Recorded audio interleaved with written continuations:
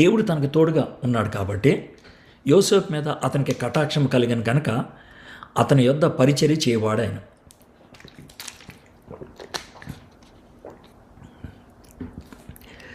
దేవుని చేతుల్లో మనం ఉంటే, దేవుడు మనకిచ్చిన పనిని మనము నమ్మకంగా చేసుకుంటూ వెళ్ళిపోతూ ఉంటే, మన చేతుల్లో లేనిది దేవుడు మనకి అందేటట్లు చేస్తాడు, మనకి లాభాన్ని ఇచ్చేట్లు చేస్తాడు, మనకి వెసులుబాటు కలిగించేట్లు చేస్తాడు. మీలో చాలామంది కఠినమైనటువంటి మేనేజర్స్ కింద పనిచేస్తూ ఉండొచ్చు, కఠినమైన ఆఫీసర్స్ కింద పనిచేస్తూ ఉండొచ్చు.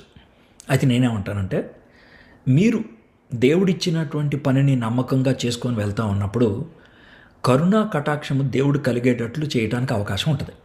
గ్యారంటీగా ఉంటుందని చెప్పట్లేదు, అవకాశం ఉంటుంది. అయితే ఒకటి మాత్రం ఉంటుంది, ఏంటంటే దేవుడికి మనం దగ్గరగా ఉన్నప్పుడు గొణుక్కోం.